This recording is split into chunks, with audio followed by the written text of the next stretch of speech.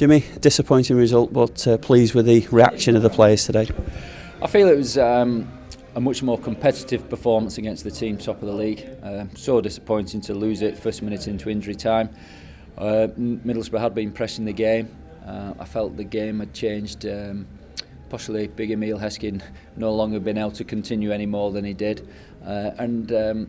He'd held the ball up for us and been a threat to the Middlesbrough back line, and that sort of gave Middlesbrough the impetus, and once they put the game changing subs on for them, life was becoming harder, but we were defending well, we were getting our heads on crosses, we were making blocks, and when the one hit the base of the post, I thought we might have just hold out, but sadly not to be. And so similar to the Reading game at home, where we've fought hard, we've competed, we've battled, but nothing to show for it. You mentioned Emile Heskey there.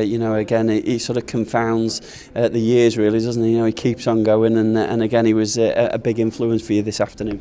He was, and he's used all his experience in how he's played today.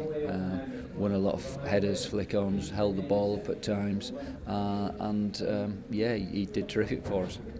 Do you wish he was just a bit younger? Well, I think there was one slid across the goal in the second half, and I turned around to Peter Reid and Nick Spoon, and I said, you know what, in his younger days he'd have had that one in the net, but he just couldn't get there to it. He did ever so well for the goal as well, didn't he? And Josh took it very well. Yeah, it was a cool finish by Josh, and it was the start of something. I think, well, we've got something to hang on to, which is a big plus point, because we've never had that in previous games.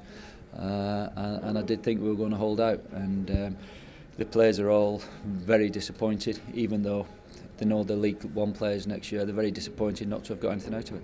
Yeah, and I mean, taking that into account, obviously up against the leaders of the Championship this afternoon, you've pushed them all the way, and certainly in terms of moving forward, that must give the players and the club confidence. Definitely. I mean, it's not been a good season, as we all know, but it's how we end the season, and we want to end it as positively as we can, with some determined performances, because that's certainly what's going to be required next year. We talked last week about the importance of using the 5 games that were remaining, including today, obviously, about putting building blocks in place for next season. How sort of close was that to the kind of attitude, the kind of approach that we're going to need from a Bolton Wanderers side in League One? Yeah, I thought all the players did work hard. They held quite a good shape defensively, and from that shape I think we can still improve on pressing the ball, making it harder for teams, but that's still yet to come. But that's where I'd like to see improvements before the end of the season. And also, we said to the players, you've actually got far more ability than you have been showing in games, and we want them to get on the ball and retain possession of the ball and stretch the opposition. So they're the 2 areas that we're hoping to see improvements between now and the end of the season. Thanks very much, Jimmy.